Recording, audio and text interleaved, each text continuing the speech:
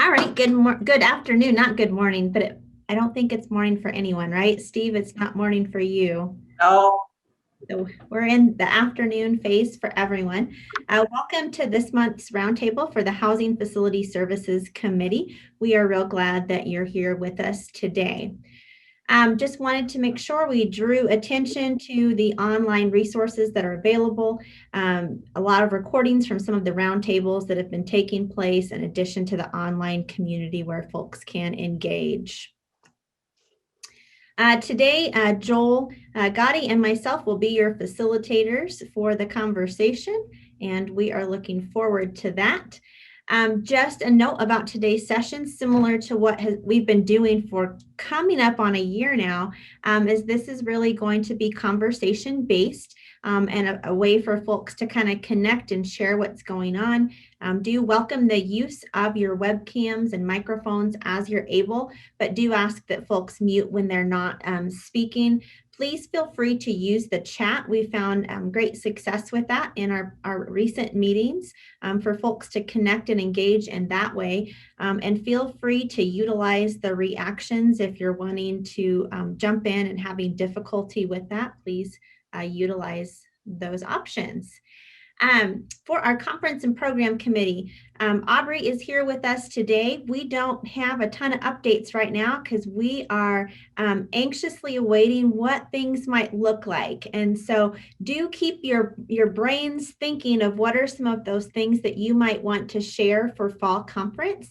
And Aubrey will keep us posted as to what that might look like when we know a little bit more on that. But if you are super excited just to connect with Aubrey or JJ, their information is on the screen, so you can reach out to connect with them. So when we are ready for some next steps, we'll have you connected. Aubrey, is there anything else you would want to add? Nope, I think you got it. All right, thank you. All right, education and resources. Steve McKenzie's on our call today. We don't have any updates for today, but do want to make sure folks know who Steve is. Steve, would you wave there? Hi, everyone. Right. I did say, I did see that latest update that's sent out on the committee sign-up sheet, and I see where some individuals did check that they are interested in the Education Resource Committee. So I will be reaching out. We are looking for members for that committee for sure. So thank you for that. And your willingness to raise your hand and participate in this group. Thank you, Steve. Dee Dee, I needed to click. Joel, have we seen Dee Dee in today? She said, I have not seen her come in yet. Okay, sorry.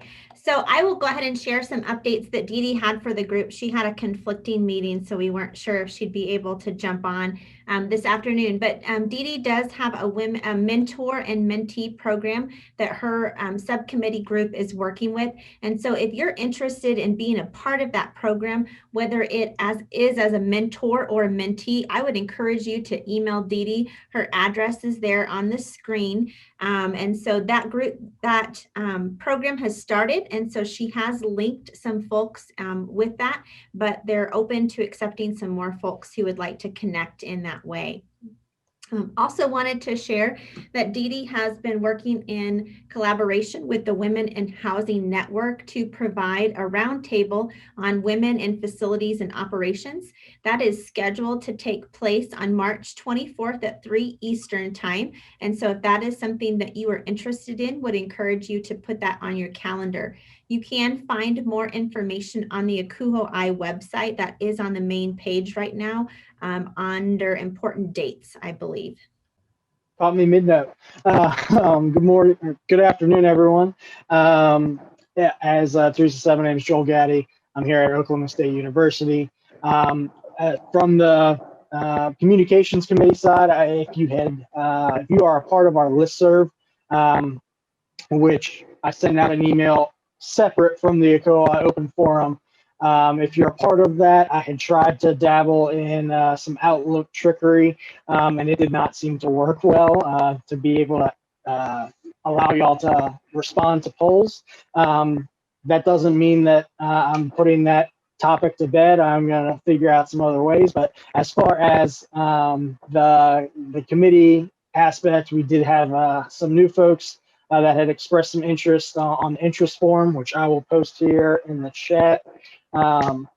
If you have never filled that out yourself, you're looking to get involved in some way, shape, or form, please feel free to go to that link. It's a very easy checkbox type thing. And we keep eyes on that as the folks that have filled that out, and then we can get you connected with the subcommittee chairs. Other than that, that's kind of been our big update. Teresa did inform me, which Teresa, I looked through my emails. I did not get this same Akuhoi message that you did, but I believe that they had put out some sort of messaging. You can kind of see the screenshot there of the mobile app for the online community. I know that that's a resource that they have been wanting folks to be able to utilize, to be able to, instead of having to go to the Akuhoi page and find the open forum and see what's there. I personally haven't been there yet, don't tell on me, but through the app. But as far as I would assume that it's probably a little bit easier to search and find some topics and historical information. So that's kind of what we got on our end, but we're happy to have you all here today. Thank you, Joel. JJ is here. JJ, did you have any updates that you wanted to share with the group? I was moving pretty quick today. Yeah, no, it's okay. I appreciate it. No, I don't have any updates, but certainly reach out to myself or Aubrey if you want to get involved once we know which direction we're going. Thank you, JJ. Okay, sustainable facilities. That group is meeting today at 4 p.m. So if you are interested, let me know and I can get you that link. In fact, I'll try to get that put into the chat here shortly for folks.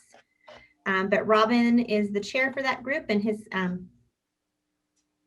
meeting, there is his information. I went too fast again. All right. Josh Gana is our new executive board liaison. He was unable to join us today, but wanted to share his contact information with the group. And he will likely have some updates for us at the next meeting.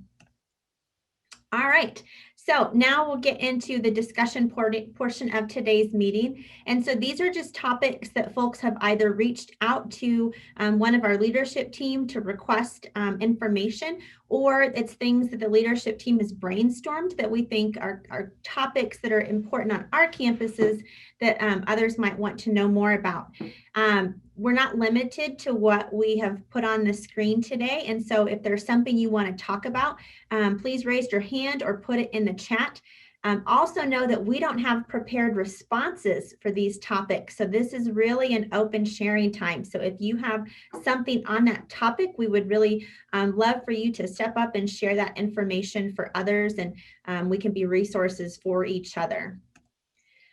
All right, so our first topic that someone has requested information on is display monitors at front desks. And so we're trying something new today. We have a poll on this one. So if you could go ahead and complete the poll, we'll give folks a little bit of time. Does your campus utilize display monitors at their front desks, either for passive messaging or interactive touchscreens? All right, and Joel, do you have the power to close the poll? Yes, I do. Okay. Give us here a couple more seconds to see if anything else trickled in.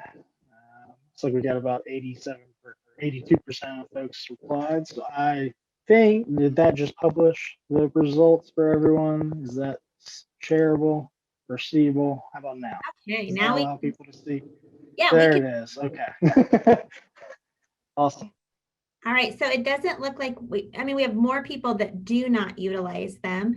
So if folks would go ahead in the chat section, I think if folks could share if they are using it, and if you have any vendors that you're utilizing for that, I think that would be helpful to our person who is researching that.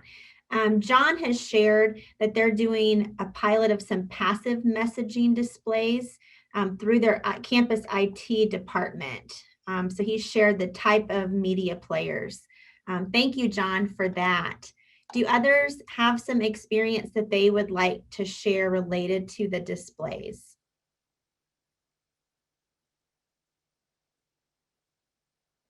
Okay, so Brandon has also shared some information about that. They have them in most of their buildings for passive messaging. Okay, and also connected to their campus alert system. That's great. That's great. All right, I am not seeing any hands where someone's itching to share, but if folks want to go ahead and continue to utilize the chat on this topic, that would be great, and we can keep moving. All right. So our next topic, we're staying a little non-COVID to get everyone warmed up, is job openings and recruitment. So we have had some folks that have some positions open, and we want to respect the fact that we've been asked that the online community not be utilized for posting all of our job openings. And so just wanted to open things up now. If somebody wanted to give a plug for a position that they have open, want to open that up now, and then also, of course, utilize the chat if you would like to. So does anybody want to give a little commercial? Hi, Allison Fox from Rowan University. We are recruiting a graduate coordinator, so a graduate student for our housing systems and logistics or housing operations team. So if you know anyone that is looking to go to graduate school and specifically has experience or interest in operations, logistics, kind of the background, keys, maintenance requests, and things like that, I'll post my email in the chat and would love to connect with them. They just need to send their resume and a cover letter to me, and I can also provide a position description. Thank you, Allison. Oh, and John has also shared an assistant director of housing and facilities position in the chat. If folks are, let's use the reactions. Would folks that are in the meeting today be willing to receive an email early next week with links for any positions that are discussed today, or folks might send us this week? I don't want to abuse access to your email address, but would like to know if we can help spread the word in some way. And I won't judge you for a thumbs down. It's okay. Okay. All right, so if you have a strong feeling otherwise, please shoot Joel or I an email. Things look pretty favorable. So if you are interested in sharing a job, please email Joel and myself by the end of this week, and we'll send out whatever we've received. There's not always, sometimes our facility positions are limited, or it's hard to find the right folks. And so I hope we can help each other out and spread the word about great positions with great people like all of you. Gary, thank you for sharing. So we'll make sure we get the word out. Gary's got some positions. Allison has shared hers, and then John has shared his as well. And there are some additional comments on the chat related to the monitors if folks want to take a look at that. All right, thank you guys for your thoughts on that. Okay, summer. Let's talk about summer. So first, who's doing camps and conferences? What is that going to look like? So we'll start with that, and I'm going to be quiet. Yeah, we're UTC. We're engaged in summer conferences again. We're limiting those right now to groups of 25 or less, and have to be directly associated with the university, either an academic or auxiliary of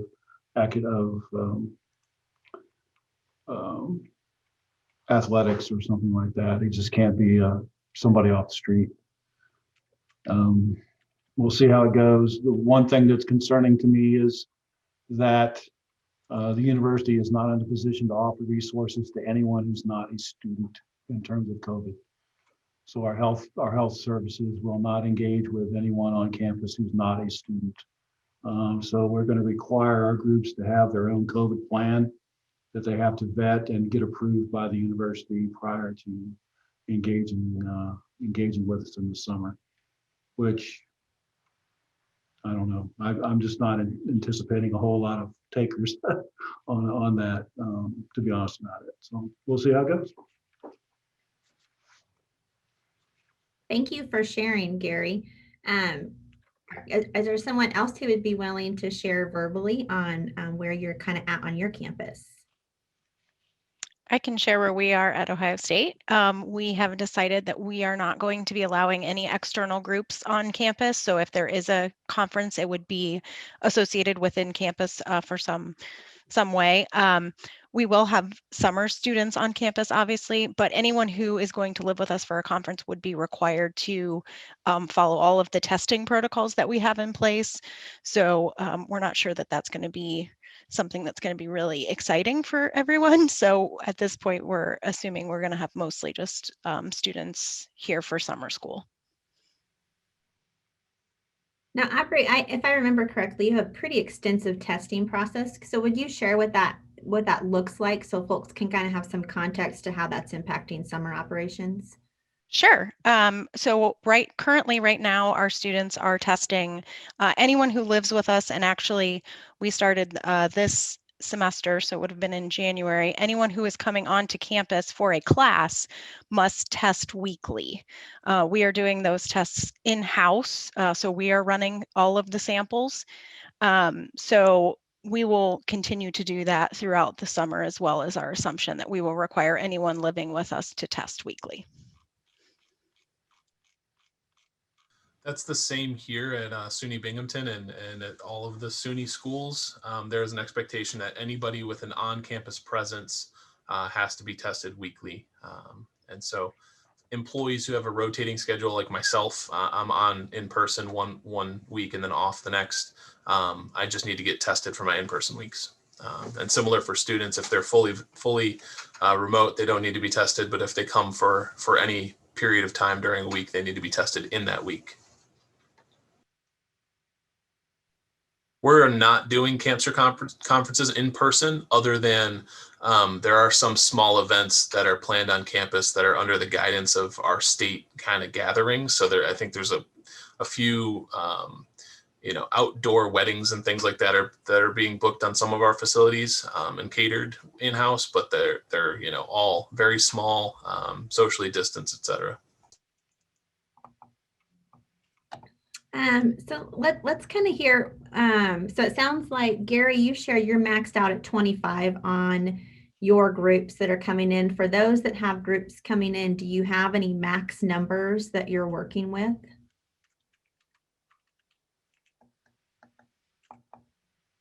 So you can either use the chat for that, or you can jump in and share more about your camp program. It looks like, Joseph, you've said you guys are full steam ahead. So Joseph, would you mind sharing a little bit? Are you like back to summer of 19? Is that what you guys are doing, or what's that look like for you? For the most part, we're trying to get back that way. Like I said, we're limiting the number of youth camps that we're having here on campus, but everything else is kind of full steam ahead. Okay. Teresa, I'll jump in for a moment. So we've got an interesting, case down here at Florida State to where we had planned to work for having camps. Our medical advisory council here at FSU said, no overnight youth camps, which essentially cuts housing out of the deal for the most part, right? You have some adult camps, things of that nature. We're going to have an isolation hall this summer. So some of the adult campers are positive that we would probably put them in the same isolation building as our college students, but no minors, of course, that type of thing.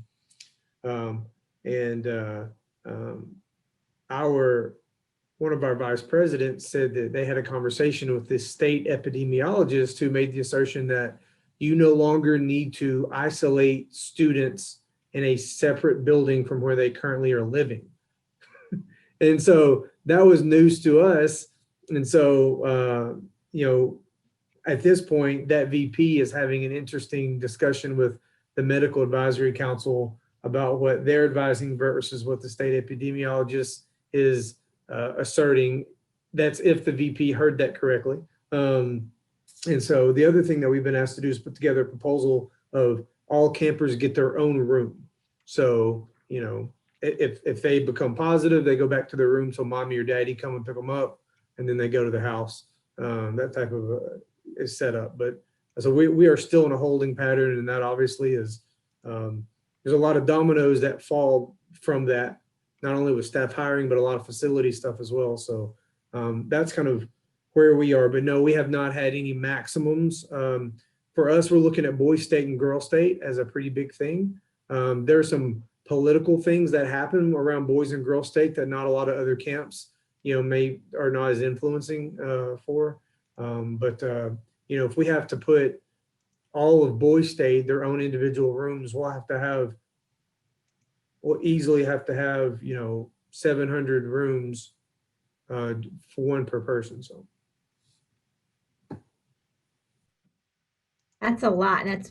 I'll be really interested to hear, Daniel, how things play out on what you're hearing from that state office compared to your campus. I have a question on that, Daniel, and for everybody else. If you're going to have to accommodate a group of 700 individual rooms for one group, what's your ROI on that? I mean, I know politically you're probably going to have a camp, but to me, it's just no way you're going to make money. yeah, so for us, if I remember this correctly, we charge by the room.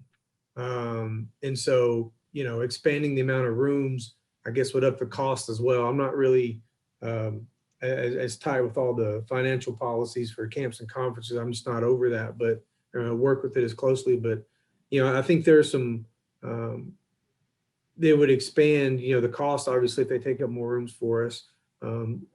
For us, our custodial staff are here working, whether they're working in a building that's occupied with campers or they're working to get their building ready for summer C or something like that. They'll still here, but obviously the big cost would be expanding our student staff that are working with camps and conferences. That would probably be the biggest expense that we would incur. Our camps and conferences, but in a normal year, we normally do $750,000 to $1 million of revenue with camps and conferences, and boys and state and girls state combined are about 275,000 of that.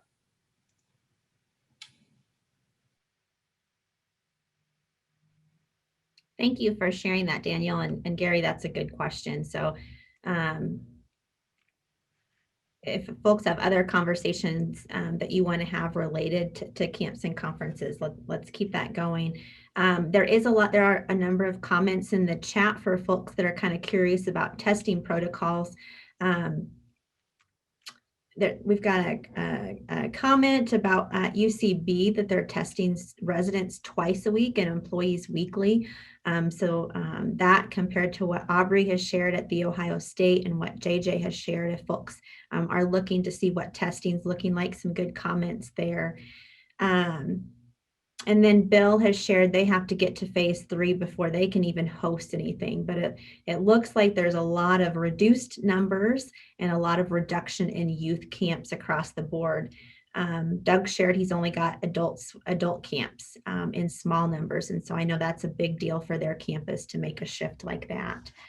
All right, summer maintenance. This is another piece that folks have asked about, wanted to know, what do you anticipate will look different for you this year as you are turning rooms and doing those summer maintenance types of things?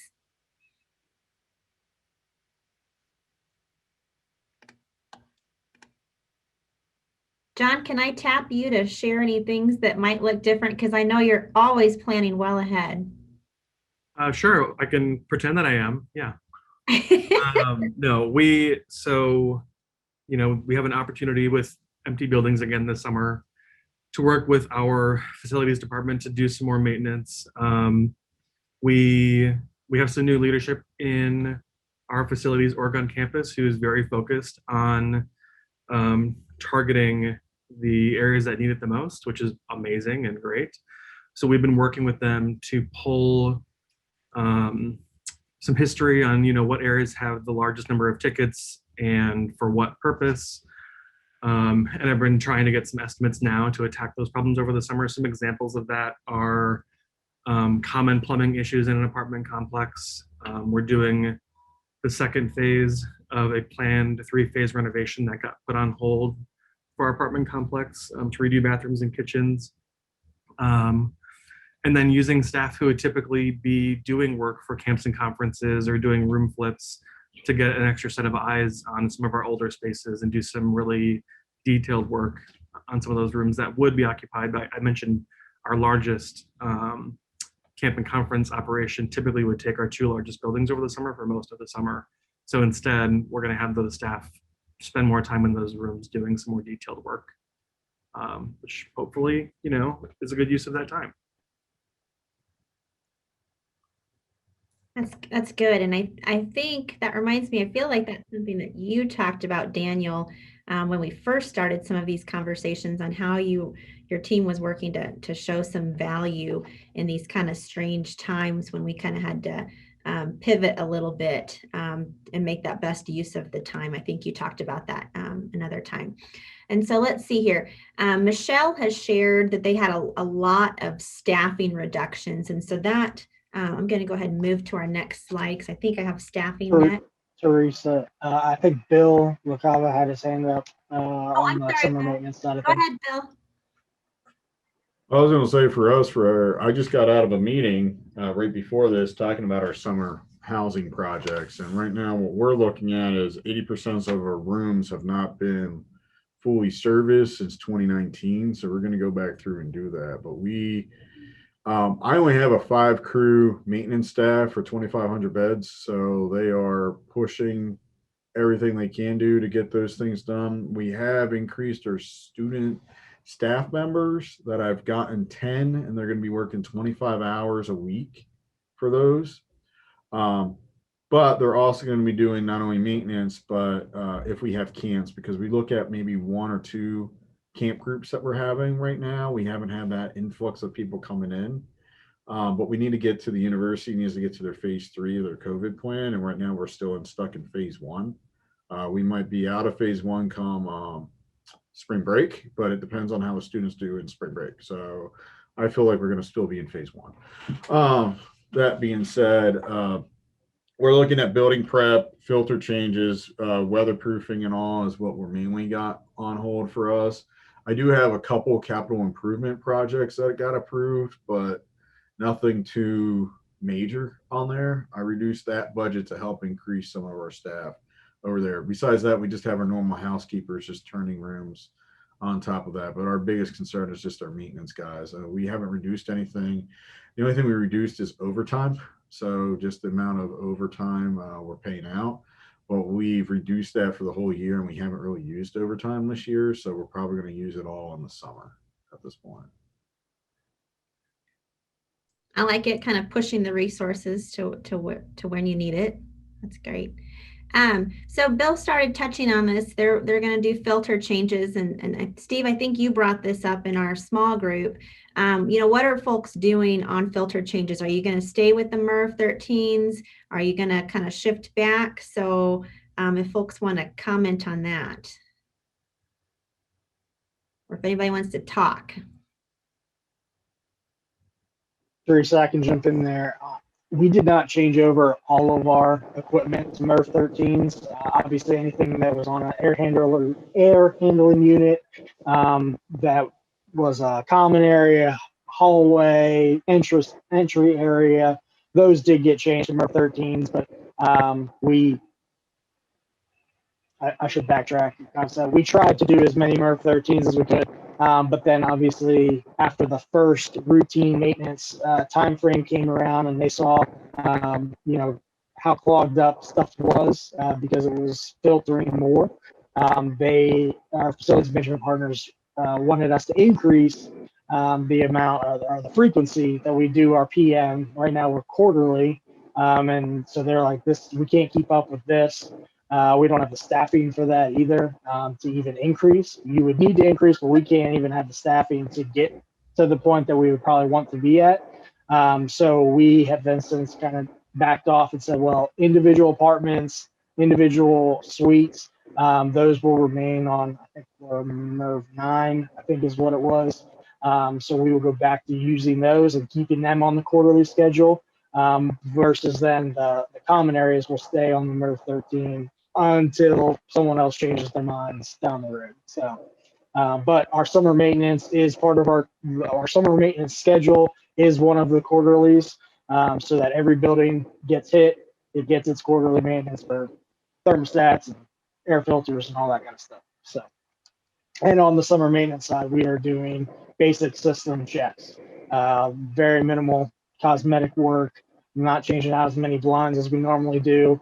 We're talked about increasing our full-time staff checking of spaces in May once everyone leaves, to make sure that whatever, go at it from the mindset of this is moving day is tomorrow. What would you get, an angry parent yelling at you about? If you don't get that in just a quick look around, it's going to stay. But the things that would get that angry parent call will get a work order open and get that ticket going. And so then when that building is on the summer maintenance schedule, it'll get its full system checks and whatever open work orders are. And outside of that, nothing else.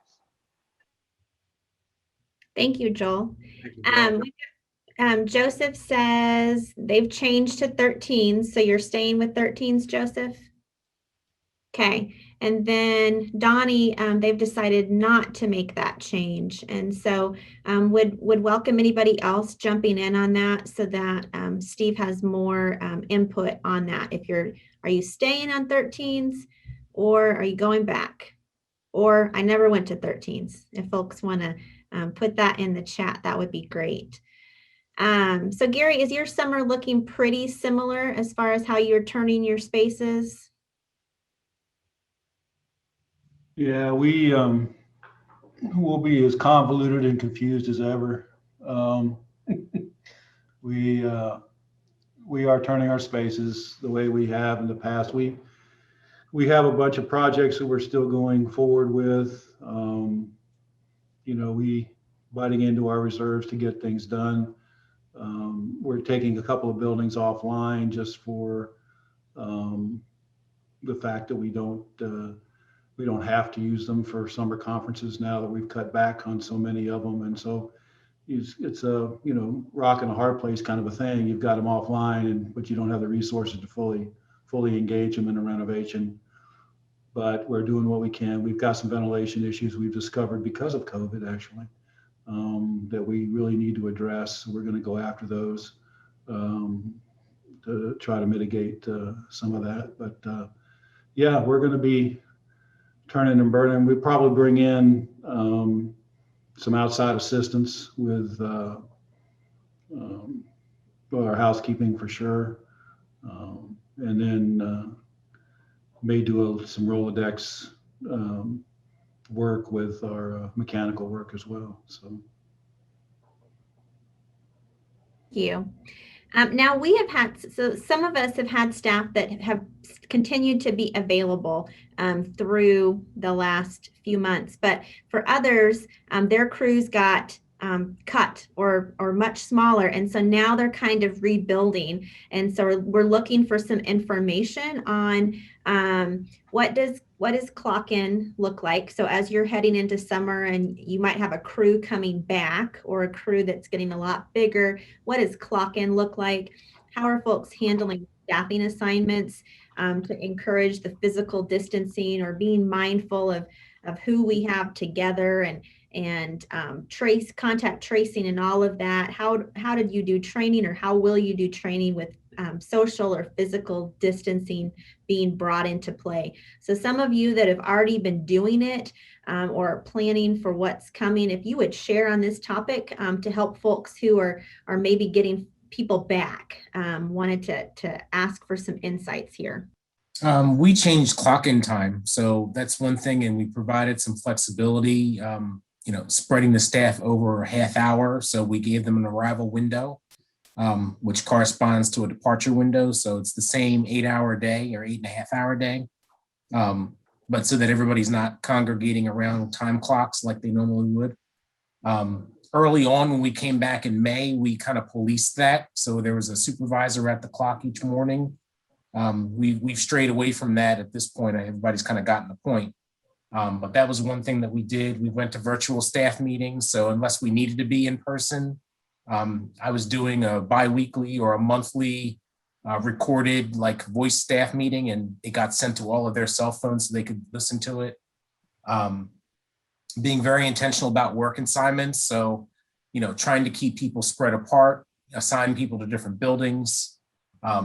We are now getting to the point where I have more people vaccinated than I don't. So it's making things a bit easier, but we're still, you know, dealing with the same, you know, everybody's got to wear the PPE, the masks and all. We're still passing out hand sanitizer like their breath mints and things like that. But pretty much that will continue until Kingdom Come at this point. Thank you, Brandon. Let's see, folks have, Joseph has shared that they're doing training in some larger spaces so that folks can spread out, and they're being mindful of, let's see, assignments are only given out in an area that will accommodate max occupancies. Are there some other comments for folks, some insights, some lessons learned? How did you train? If you're bringing a student crew on for summer, how do you anticipate doing that training? Because sometimes it's a little bit different than what we would do for RA training on some of the topics. Sometimes we need to be a little more hands-on. So wisdom. Bill? So one of the things we're doing this year is we're only having 10 student staff. Like I said, I only have a crew of 5, but we have 10 student staff members that I'm going to have for 25 hours. One of the things we're going to try to do is pair up a student staff member to a maintenance guy.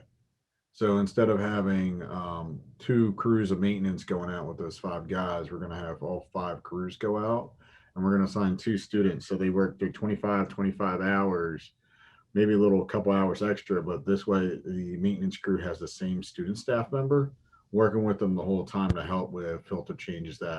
That's where their training is going to be in, because those maintenance guys are actually going to be showing them how to do things. At first, they're going to be more of assistants of handing things, holding things, watching them do stuff. And then later maintenance is going to turn them over about doing like snaking drains, snaking the toilets, plunging, stuff like that, filter changes and all that stuff, because this crew would stay on, is crew that is currently staying on from spring going to summer, and then they should be staying on from summer to fall if they are. Our first priority is to hire those students that are still planning to come back for the fall for summer first before we open up to everyone. So that's how we're going to do training.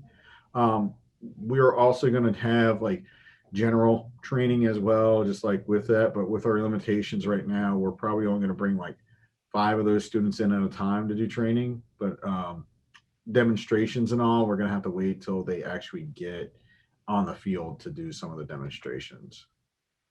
So a lot of YouTube videos is what I'll say. We sure have learned to be creative, haven't we? Stretch ourselves. Teresa, this is Leonard Jones at Western Washington. And you asked for some wisdom. I would probably offer 3 things. First and foremost, I would offer from the higher administration on the campus, so be that a director, a vice president, be helpful if the president can just recognize the uniqueness and the contributions that these frontline staff are making. So emails or some other kind of acknowledgement of the hard work that people are putting in is very helpful. And then 2 additional things. One is probably leaders of our staffs and of our groups. The word is flexibility. It's been over a year. No one thought it would be a year, but you have to be flexible in all of this. And then the last thing is probably, last but not least, is probably involvement of staff in conversations and or decisions if they can have some involvement there. But we are a unionized state and a unionized campus, so it's very important for us to work with our represented leadership to let them know which way we're going, why we're going left as opposed to going right, and those kinds of things. But flexibility, involvement of leadership, and then I think acknowledgement of the incredible hard work and lots of times unseen work that our staff are putting forward is very helpful. Thank you, Leonard. I always appreciate the wisdom that you share. On what that first thing you shared on the recognizing the contributions of our staff, one thing that our administration did that was nice is we have a weekly email that goes out to the campus with important things that folks should know, with a little note from a Cliff note, because our president's name is Cliff. And so in our recent one, he took that whole thing to talk about frontline staff and show appreciation for them, not just for their response to COVID, but we had also had a severe weather event that, you know, that's not real common for us. And I know others did as well. And so he acknowledged their work for that and the COVID response and that whole thing. And so that was really nice and meaningful. So I kind of lined up with what you were sharing. So thank you, Leonard. Michelle, I apologize. I've not noticed your hand, but Michelle, is there something you would like to share with the group? Yeah, thanks so much. No problem over here. I'm happy to wait and listen. I enjoyed listening to everybody. The only thing I would add are two pieces in the training piece. Videos, yes, awesome. The pairing up with people in a safe way, and hopefully that is, you know, with whatever state and local guidelines that you have. But another piece around training that we've utilized, and I'm much more so in residence life and housing than I am in facilities. I work with that team, is utilizing other communication modes. We have heavily relied upon an app called Slack, S-L-A-C-K. It is an amazing, quick kind of a piece. And we've made sure that our students, because they feel the most comfortable utilizing it, it was certainly a little bit of a learning curve for those of us who are a little more seasoned in the profession. But it was something that we were able to implement, and our team members, especially our student team members, it's like for quick things. It's not for a long, you know, video piece or anything like that. But if there are like the quick questions like, hey, what was the code to get into this space again? And send that out, like if it's not something that's confidential. So it's a free app. It's easily utilized. You can create, they're called channels for certain groups. So maybe you have one for your lockdown and one for your HVAC, or one for things that are much more about assignments or something like that. And I will say it has saved us from thousands of emails, quite honestly, because it's for those quick little things, or the, hey, you know, Michelle is out of the office today, just so that everybody knows. So you don't have an email with it. It's just a quick message grouping. So I highly recommend it. Thank you, Michelle. So let's use a reaction if that is a resource that you're utilizing. You can choose whichever reaction you want. It doesn't have to be a thumbs up. It can be a party. But if you just want to show your reaction on if that's something you're using, it looks like maybe this is an underutilized resource. So Michelle, thank you for sharing that. And so something for us to check out is Slack, if that works within our works for our teams. Teresa, I'll just throw out there real fast. We have started utilizing Microsoft Teams more. We utilize it we're a Microsoft campus, so we've been pushed to not utilize Zoom when needed and steer towards the Teams because it has some of the same interface. But it also has some channel setup abilities, and you can kind of do some of that same sort of stuff. And I have one for the group of folks that I directly supervise, and I agree. It is a nice being able to have something like that as opposed to always the emails where you can give a thumbs up on an answer, you know, like if something's good, or hey, I want to check on this, being able just to hit that real fast and keep people moving. But yes, Slack is also another one that I've heard other folks use. Thank you, Joel. Katie and John and Michelle, and thank you for commenting. You guys use Teams as well and have found that to be a good resource. Okay, so Joseph has said he'd love to talk to folks about the StarRes integration. Joseph, do you have a little bit more there you want to throw out as far as what kind of information you're looking at? And while Joseph does that, if you are a StarRes campus, if you would put some type of reaction up, that way Joseph can, or use the chat to say we're a StarRes campus, so Joseph can have some names to connect with. Joseph? Yeah, we're going to slowly start to integrate into StarRes as we currently, especially in housing, use our own homegrown system that I guess has become outdated to other executives of the campus. So we're going to, in the next couple of weeks, we're going to start migrating into that system, and wanted to know the ease of how those systems communicate with each other, because our system is going to be the system of record, but we're also going to be using StarRes at the same time.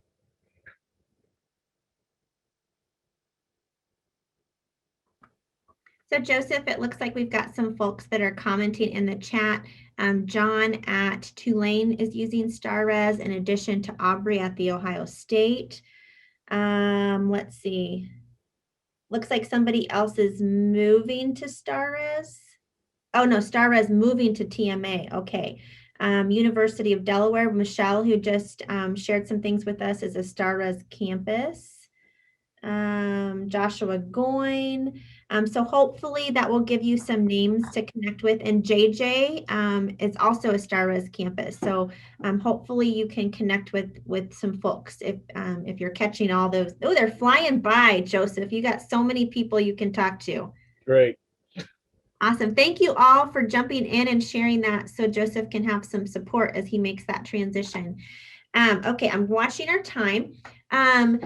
Just wanted to on the topic of staffing, some folks have already said they lost some folks due to the pandemic and to the impact of that. So I know, we talked about, we've had some folks that couldn't join because there's furloughs today for them. Are you able to fill positions? Are you still anticipating furloughs next year? What kind of restructuring are you seeing? If you're able to fill, what's your labor market? We have frozen positions. But we also have a number of positions we're allowed to fill, but we're having a hard time because there's not a pool. And so I would love to hear what other folks are experiencing and any creative things you've done or plan to do.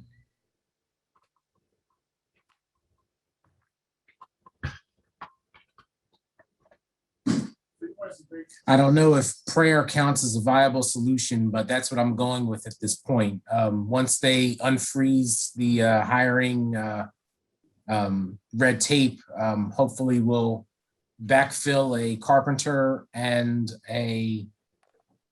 what else am I missing? Carpenter is the primary, and then we need to add an electrician, a plumber, and maybe a general maintenance worker.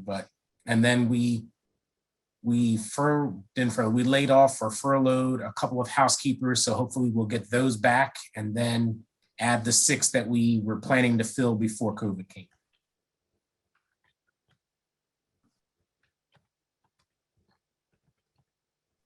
Okay, let's see. I'm just going to throw out there in case there's any tricks to how the room feels in regards to how do you continue to motivate and keep your staff from the burnout word, especially when they weren't furloughed, they weren't left behind, but now they've had to pick up the slack of 2 other positions that were furloughed. And how do you keep them going? Because right now it looks like, people always get to the end of their nose in the sense of like, gosh, I've been doing Jimmy and Sally's job since March, and we're not hiring the positions anytime soon. This isn't my actual job. I've got my job plus 3 other jobs. How do you keep that staff engaged, motivated, and powering through? Joel, I'll take a short stab at a long problem here. the only real effective way that I found to keep staff engaged on that level and to make sure that they understand that they are appreciated is to engage with them on a personal level as in my position as the director, is to get down there in the weeds with everything that's going on and being as transparent as possible with decision making, letting them understand the whys of what we're trying to get accomplished, and showing appreciation, being out in the field with them. It doesn't work for everybody, but the only thing I know to do is to do that, because you're not going to pay them more. You're working them hard, and you have overtime. We've experienced a tremendous amount of overtime over this, and burnout is a real deal. And so I think just being a human being with them is the most effective way that I've found to keep them engaged in the work. Appreciate it, Gary. Thank you, Gary. Doug has also shared in response to that to encourage our staff to use their paid time off, because a lot of times they don't feel like they should right now, especially because of the work they do, right? It's essential to the safety and wellness for the campus. Plus, when they're gone, that increases the impact on their colleagues. So that's a great point, Doug. And the fact that you as the leader are encouraging that definitely sends a message. That's great. So if folks have other comments you want to share, it sounds like we're not the only ones having a hard time with the local labor market. So selfishly, I would appreciate any strategies folks have, whether that's changing your pay structure. Are you cutting positions and spreading that salary out among those that remain so you can get rates up? Just looking for some thoughts there. I've made friends with some of our external contractors that we bring in for services beyond what our team does.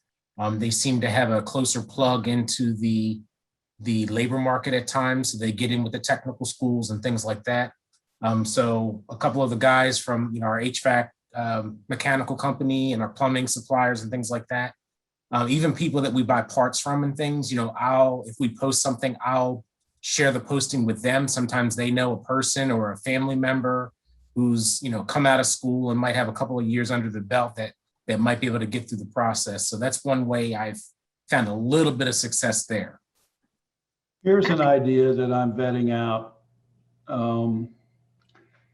We have, in proximity to the university, we have a community college that has within its program the trade specialties of HVAC, electrical, and others. And many colleges have that, or somewhere in proximity to yours. I'm working with their administration to see if there's an opportunity for some viable in-service opportunities in their curriculum, so that they can actually come over and maybe give me 20 hours a week with their student population, which would be paid opportunity for me as a part-time, and I can actually give them a grade if they want to do a grade or whatever, or evaluate their work in some way. But it gives them some hands-on experience while they're in their classes. It gives me an opportunity to augment my staff in the trades areas. So it kind of is a win-win. I've vetted it through our administration and have gotten approval to move forward with it. So that's my next step, is to do that engagement with the local trades operation within the community college network here. So it's a way to get work done without having to get a full-time staff member approved. You can work it on a part-time basis. So something to think about. Gary, that's fantastic. And JJ and Aubrey, I see a program coming from Gary again in the near future. That's a killer one, and I can't wait to attend. Thank you. I'm writing it down. Very good. That's a good one. Okay, so watching our time. We're getting close. So the last topics I had were supplies and move-in and fall 21 prep. So we don't have to talk about it all, but those were kind of the things that still were out there. Is there anything you can't find that you need help from a friend finding? Move-in already had to look different for fall of 20. So is there something different that you're looking at for fall of 21 and anything else that we haven't talked about? So we've got a couple minutes left. I'll be quiet again. This is Michelle with the University of Delaware. I'm just going to share we use StarRes, and I was super proud of the work my team did. We did timed appointments. Our students love them. Our families love them. Our staff love them. We actually, in the fall, had somebody, we were outside and people sitting in their cars, and we handed them their key to their car and gave them a little spiel. For the winter, because we had to do the whole thing again, we made everybody move out in the fall. They had to come inside, but it was still a really great experience. Parking loved it. We're kind of inside of a town. Our local police loved it. So if you have any questions, again, University of Delaware, we implemented it this past year for fall and for the spring opening, and it was outstanding, and I highly recommend it. Thank you, Michelle. And it looks like lots of folks liked the appointments and are going to continue to do that. Brandon did that. Katie did that. Dana's done that. And so if you have not done that, please make note of those folks who have done that so that you can connect with them. Our campus, our staff was pretty resistant to that in the past. Folks who worked moving outside of the buildings were very much in favor of getting a little bit more of a schedule, but folks inside the buildings felt differently. And so that was one benefit of COVID. If I offended, I apologize, but that was a nice thing. It really challenged us to look at that differently and was a good service for the students. For us that we had other resistance there. And I will say in the tie-in for facilities, if we had an issue, our facilities team knew exactly when a student was coming, so that they knew that they had a nice window of time, or maybe not a nice window of time, to get something done. So whether that was a lock that had to be rechanged, or maybe we had some kind of incident that we saw in there, painting or tiling, that they normally would not have, like they would have closed off everything, because we did over a series of days. It worked out for our facilities and custodial team too. That's great. Thank you, Michelle. And it looks like Katie said they used their timed move-ins through Adirondack, which I believe is another housing software. So Katie, thank you for sharing that. Any other things that folks want to comment on or ask questions about? This is not your only time. Don't worry, because we will be back together next month. And so if you want to make sure, if you're not already getting these at least once a month emails from Joel, please go ahead and shoot him an email. Also, you can click on that form link. I think Joel's already posted it in the chat, and that's how we get you connected with subcommittee groups, as well as making sure Joel has you on his large distribution list. Our next meeting is April 19th. I anticipate for that one, we'll still register in advance. So if you have questions that you want to make sure we discuss, you can ask that when you register, or you can email Joel or myself, and we'd be happy to make sure that we plug those in. We are at 3 o'clock, and it is very important to me that we respect your time. And so we are going to go ahead and wrap it up, but please reach out if you have more you want to share. Thank you all for being here, and happy Monday.